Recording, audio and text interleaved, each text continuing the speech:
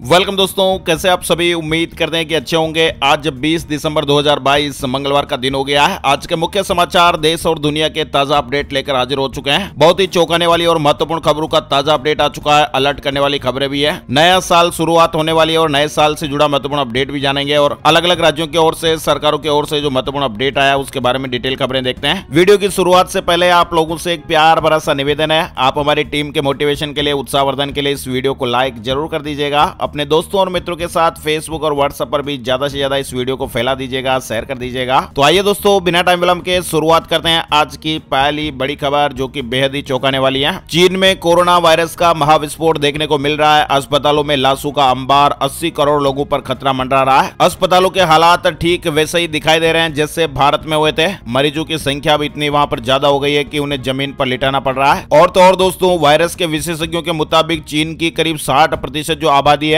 और धरती की कुल 10% आबादी अगले 90 दिनों में संक्रमित हो सकती है। चीन में एक बार फिर कोरोना से हाहाकार मच सकता है। कोरोना को लेकर एक्सपर्ट ने बड़ा अलर्ट जारी किया है। जीरो कोविड पॉलिसी हटने के बाद चीन में फिर से कोरोना काल बन रहा है। सड़कों पर सन्नाटा छा रहा है। शमशान में लंबी लंबी कतारें देखने को मिल रही हैं। चीन में कोरोना का खतरा बढ़ता ही जा रहा है। वहीं अगली बड़ी खबर है, दिल्ली की हवा बिगड़ी, 410 AQI पहुंच गया है। कमेटी ने इमरजेंसी मीटिंग भी बुलाई है। दिल्ली की आबोहवा लगातार बिगड़ती जा रही है। केंद्रीय प्रदूषण नियंत्रण बोर्ड के मुताबिक राजधानी दिल्ली का AQI 410 दर्ज किया गया है और इसे देखते हुए वायु गुणवत्ता प्रबंधन आयोग की उप समिति ने एक आपातकालीन बैठक बुलाई। वहीं माता वैष्णो देवी जी की यात्रा के लिए श्रद्धालुओं को नए नियमों का पालन करना जरूरी होगा। अगर आप भी श्री माता वैष्णो देवी जी के दर्शन के लिए जा रहे हैं तो अब श्राइन बोर्ड के नियमों को अच्छी तरह से आपको जान लेना चाहिए। कहीं आप मां के पवित्र दर्शन भी ना हो पाए और जुर्माना भी आपको भरना पड़ जाए। दरअसल श्राइन बोर्ड ने मां वैष्णो देवी जी के दर्शन करने वाले तीर्थ यात्रियों की संख्या का पता लगाने और तादाद से ज्यादा भीड़ ना हो, इसे निपटने के लिए नियमों को सख्त कर दिया गया है। मां वैष्णो देवी की यात्रा करने के दौरान हर एक श्रद्धालु को एंट्री पॉइंट पर अपना RFID कार्ड जमा करवाना अनिवार्य कर दिया गया है और नए नियम तत्काल प्रभाव से लागू कर दिए गए हैं। जो भी श्रद्धालु बिना RFID कार्ड के वैष्णो देवी यात्रा करता पाया गया तो उसे जुर्माना देना पड़ेगा। साथ ही मां वैष्णो देवी जी की यात्रा भी निरस्त की जाएगी और उसे वापस भेजा जा सकता है। चलिए, बड़ी खबर आ रही है दोस्तों। धुंध का कहर, वेस्टर्न पेरिफेरल हाईवे और आगरा लखनऊ एक्सप्रेस वे पर वाहन टकराए, स्कूली बच्चे भी घायल हो गए। देश के कई राज्यों में कोहरे का कहर देखने को मिल रहा है। दिल्ली, उत्तर प्रदेश, हरियाणा में सोमवार को कोहरे की वजह से कई वाहन हादसे के शिकार हो गए हैं। यूपी का पहला कोहरा की एक झलक आप देख सकते हैं। 6 हादसे हुए, 9 लोगों ने जान गंवा दी। सड़कों पर 46 गाड़ियां भिड़ गई। उत्तर प्रदेश में भी सोमवार सुबह इस सीजन का पहला घना कोहरा पड़ा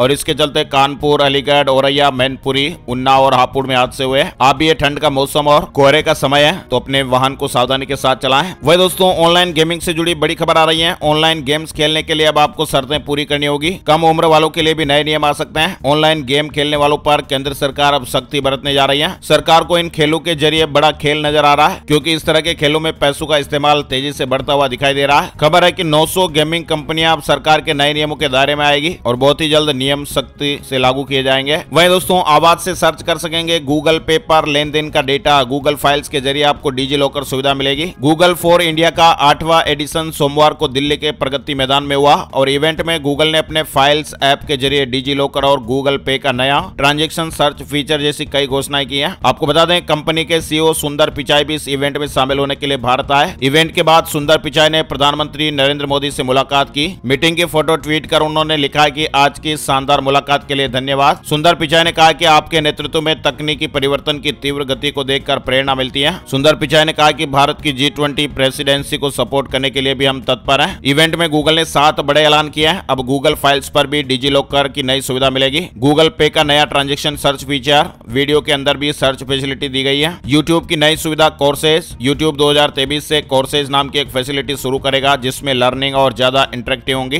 फ्री में कंटेंट डब कर सकेंगे क्रिएटर। इसके अलावा India first innovation and feature, doctor की हैंडराइटिंग भी अब गूगल पढ़ेगा। वह आपको बता दें, पड़ोसी देश नेपाल से जुड़ी बड़ी खबर आ रही है। नेपाल के राष्ट्रपति ने नई सरकार बनाने के लिए 7 दिन का समय दिया है। किसी भी पार्टी के पास बहुमत नहीं है, यानी 20 नवंबर को नेपाल में हुए चुनाव के नतीजों में किसी भी पार्टी को बहुमत नहीं मिला था। अब सभी राजनीतिक दलों को नई सरकार बनाने का न्योता दिया गया है। 138 सीटें सरकार बनाने के लिए चाहिए। वहीं पंजाब के लोगों को बड़ा तोहफा, मथुरा वृंदावन तक चलेगी होशियारपुर दिल्ली रेल। पंजाब सरकार की ओर से बताया गया कि इस संबंध में केंद्रीय रेल मंत्री अश्विनी वैष्णव ने संबंधित डायरेक्टरेट से विस्तृत रिपोर्ट मांगी है। वहीं 25 दिसंबर से 5 जनवरी तक महाकाल मंदिर के गर्भगृह में नो एंट्री, मोबाइल भी बैन रहेगा। महाकाल मंदिर में शनिवार और रविवार की छुट्टी के दिन ही लाखों लोग पहुंच रहे हैं और ऐसे में साल के आखिरी दिन और नए साल के मौके पर श्रद्धालुओं की संख्या कई गुना बढ़ जाने की उम्मीद है, जिसके चलते मंदिर प्रशासन ने 25 दिसंबर से महाकाल मंदिर में गर्भगृह और नंदी हॉल में प्रवेश पर प्रतिबंध लगा दिया है। महाकाल मंदिर में रोज 2 लाख से अधिक श्रद्धालु आ रहे हैं। महाकाल मंदिर में दर्शन के नियमों में भी बदलाव किया गया है। श्रद्धालुओं को अब 20 दिसंबर 2022 से ही मोबाइल ले जाने पर पूरी तरह से प्रतिबंध लगा दिया जाएगा। वहीं राजस्थान में गरीबों को 500 रुपए में गैस सिलेंडर मिलेगा। अशोक गहलोत ने बड़ा ऐलान किया है। राजस्थान में कांग्रेस सरकार के 4 साल पूरे होने और विधानसभा चुनाव से करीब 1 साल पहले सीएम अशोक गहलोत ने यह बड़ी घोषणा की है।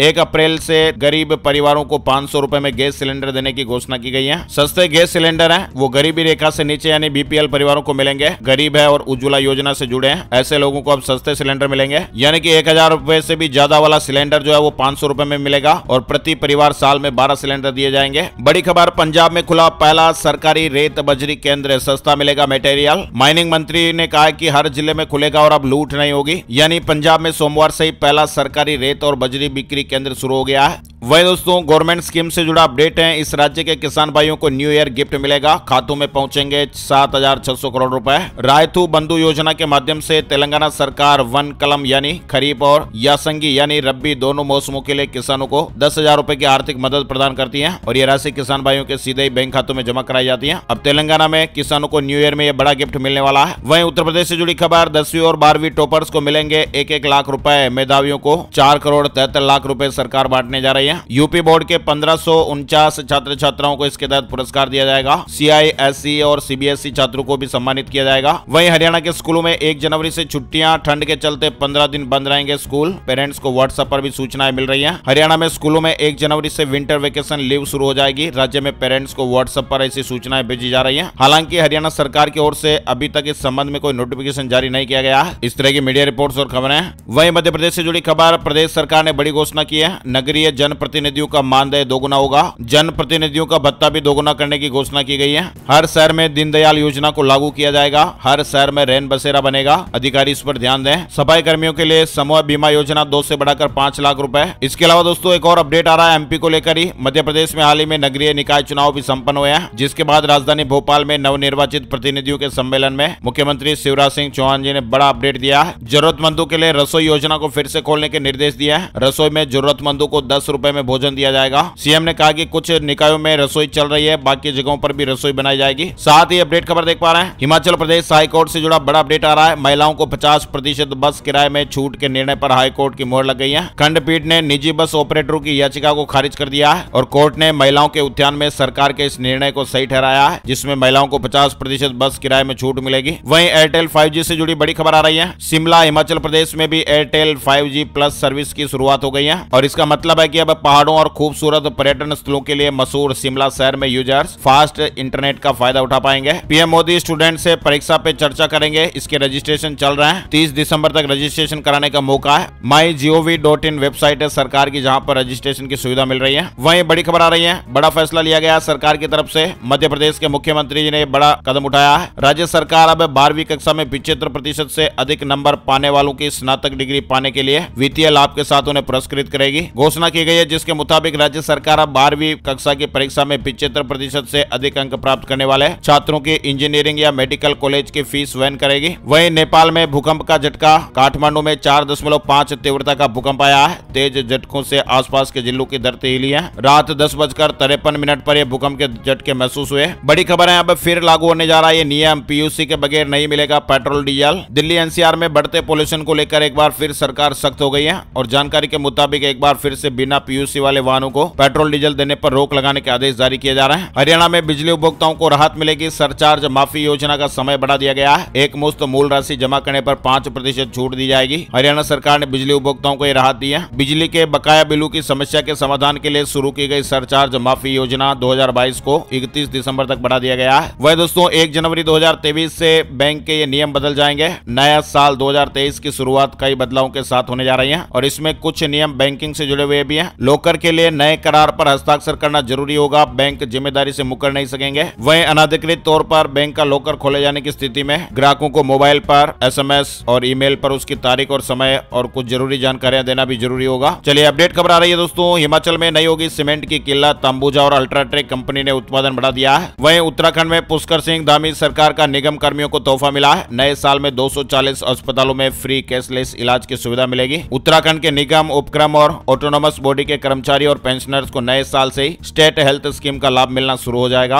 वहीं IBPS स्पेशलिस्ट ऑफिसर यानी SO भर्ती परीक्षा के एडमिशन कार्ड जारी हो गए हैं। बैंकिंग जॉब से जुड़ा अपडेट है। हरियाणा टेट 2022 परीक्षा का रिजल्ट भी जारी हो गया है। झारखंड से जुड़ी हुई बड़ी खबर आ रही है। शिक्षकों को बड़ा तोहफा, सरकार ने बड़ा ऐलान किया है। झारखंड में हजारों की संख्या में पारा शिक्षक पढ़ा रहे हैं। कई सालों से पढ़ा रहे पारा शिक्षकों को अभी तक स्थायी नियुक्ति नहीं की गई है, लेकिन अब पारा शिक्षकों के लिए अच्छी खबर निकलकर सामने आ रही है। 25,996 पदों पर पारा शिक्षकों की नियुक्ति की जाएगी। वही दोस्तों महिलाओं के लिए बड़ी खुशखबर है। राजस्थान को लेकर 20,000 महिलाओं को घर बैठे रोजगार दे रही है सरकार। गहलोत सरकार की वर्क फ्रॉम होम योजना से महिलाओं को घर बैठे रोजगार दे रही है और इस योजना में विधवा और तलाकशुदा महिलाओं को प्राथमिकता दी गई है। महिलाओं को रोजगार देने के लिए अब नियोक्ता भी बढ़ चढ़कर हिस्सा ले रहे हैं। यानी राजस्थान सरकार की वर्क फ्रॉम होम योजना में महिलाओं में खासा उत्साह देखा जा रहा है। महिलाएं इस योजना के लिए डायरेक्टरेट ऑफ वुमेन एम्पावरमेंट की वेबसाइट पर आवेदन कर सकती हैं, जिसमें महिलाओं को उनकी योग्यता के अनुसार रोजगार मिलेगा। वहीं दिल्ली से जुड़ी खबर आ रही है। अनाधिकृत कॉलोनियों की जल्द ही सूरत बदलेगी। दिल्ली सरकार ने 3 महीने का अल्टीमेटम दिया है। दिल्ली की अनाधिकृत कॉलोनियों की सूरत बदलने की दिशा में केजरीवाल सरकार युद्ध स्तर पर काम कर रही है। मुख्यमंत्री अरविंद केजरीवाल के दिल्ली के अनाधिकृत कॉलोनियों में मूलभूत इंफ्रास्ट्रक्चर तैयार करने के मिशन के तहत दिल्ली सरकार पिछले 4 सालों में दिल्ली की लगभग 1100 अनाधिकृत कॉलोनियों के डेवलपमेंट का कार्य या तो पूरा कर चुकी है या फिर अंतिम चरण में है। और इसके तहत इन कॉलोनियों में सड़कें, गलियां और नालियां बनवाने, सीवर और पानी की लाइनें डलवाने का काम किया जा रहा है। दिल्ली में लगभग 1800 अनाधिकृत कॉलोनियां हैं। सरकार ने निर्देश दिए हैं कि जिन कॉलोनियों में विकासात्मक कार्य अपने अंतिम चरण में है उसे 3 महीने के अंदर अंदर पूरा किया जाए। साथ ही बची हुई कॉलोनियों में भी डेवलपमेंट कार्य को जल्दी शुरू किया जाए। उप मुख्यमंत्री अब हर 15 दिनों में अधिकारियों के साथ कार्य की प्रगति की समीक्षा भी करेंगे। चलिए आगे बढ़ते हैं। बड़ी खबर, पंजाब नेशनल बैंक ने ग्राहकों को क्रिसमस से पहले बड़ा तोहफा दिया है। FD पर ब्याज दरों में बढ़ोतरी कर दी है। वहीं राजस्थान से जुड़ी खबर आ रही है। बागवानी पर सरकार ने 25% अनुदान बढ़ा दिया है। अब 75% सब्सिडी मिलेगी। 3 सालों में राशि दी जाएगी। वहीं राजस्थान में सरकार की 4थी वर्षगांठ पर गाँव में भी कार्यक्रम होंगे। 22 से 28 दिसंबर तक सरकार की उपलब्धियों का प्रचार प्रसार किया जाएगा। Gold price today, silver price today update की जानकारी आ चुकी है। चांदी का भाव 66,000 के पार चला गया है। सोने की कीमतों में भी उछाल देखने को मिला है। सोमवार सुबह सोने का भाव 54,126 रुपए प्रति 10 ग्राम पर रहा। वहीं चांदी का भाव 66,495 रुपए प्रति किलोग्राम पर रहा। वहीं आपको बता दें हमारे देश में बीते 24 घंटे में कोरोना वायरस के 135 नए मामले सामने आए हैं। कोरोना से जुड़ा ये राहत का अपडेट है। अब बात कर लेते हैं दोस्तों वेदर न्यूज एंड एनालिसिस में। संपूर्ण भारत का आज 20 दिसंबर 2022 का मौसम पूर्वानुमान, मौसम की जानकारी का ताजा अपडेट आ चुका है। स्काईमेट वेदर अपडेट के मुताबिक अगले 24 घंटों के दौरान अंडमान और निकोबार के दक्षिणी हिस्सों में 1 या 2 इलाकों में भारी बारिश के साथ ही हल्की से मध्यम बरसात हो सकती है। तटीय तमिलनाडु और आंध्र प्रदेश के दक्षिणी तट पर भी हल्की बारिश होने का अनुमान है। बारिश की गतिविधियां धीरे धीरे बढ़ सकती है और रायलसीमा, दक्षिण कर्नाटक, आंतरिक तमिलनाडु और केरल के कुछ इलाकों को कवर कर सकती है। दिल्ली और NCR का वायु गुणवत्ता सूचकांक यानी हवा की क्वालिटी अधिकांश स्थानों पर बहुत ही खराब श्रेणी में रह सकती है। हिमाचल प्रदेश, पंजाब, हरियाणा और उत्तर प्रदेश के कई इलाकों में घना कोहरा छा सकता है। हिमाचल प्रदेश, पंजाब, हरियाणा के पश्चिमी भाग और उत्तरी राजस्थान में 1 या 2 स्थानों पर शीतलहर की स्थितियां बन सकती हैं। आज के मुख्य समाचार अपडेट में फिलहाल बस इतनी ही खबरें। अगर आपको हमारा प्रयास अच्छा लगा है तो प्लीज वीडियो को लाइक जरूर करिएगा।